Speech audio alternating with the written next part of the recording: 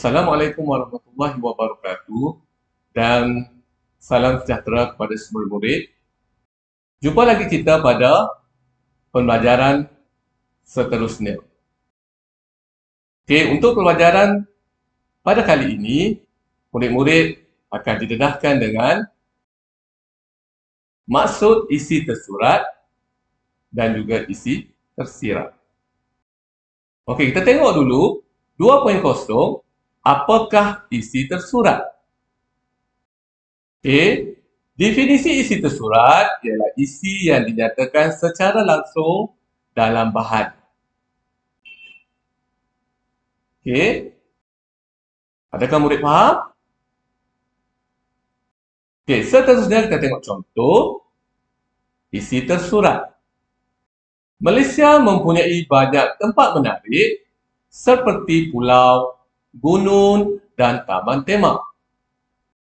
Bolehkah murid-murid bagi contoh kepada cikgu contoh pulau yang murid-murid tahu? Okey, seterusnya pelancong dapat menikmati makanan tradisional yang unik. Okey, sebagaimana yang kita tahu, negara kita kaya dengan pelbagai jenis makanan.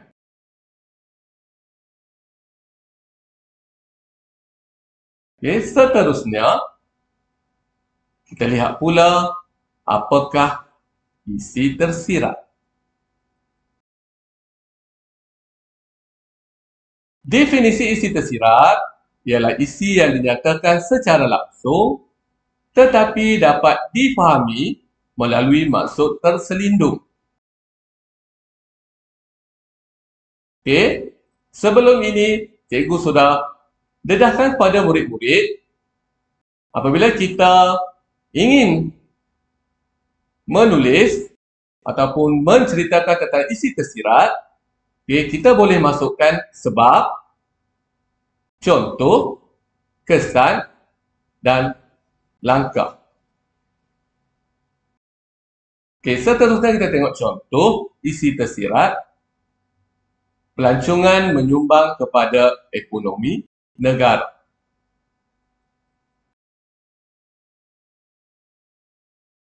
Seterusnya yang kedua, rakyat Malaysia perlu berbangga dan memelihara keunikan negara.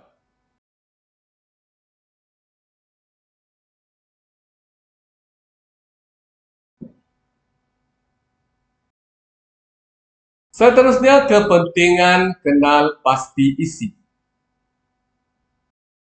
Yang pertama, untuk membantu memahami mesej tersurat dan tersirat. Dan yang kedua, melatih kemahiran berfikir aras tinggi. Okey. Sebelum ini, murid-murid pernah didedahkan dengan kemahiran berfikir aras tinggi. Seterusnya, menilai sesuatu bahan secara kritis dan kreatif. Dengan harapan, murid-murid dapat mengenal pasti isi tersurat dan tersirat dengan baik.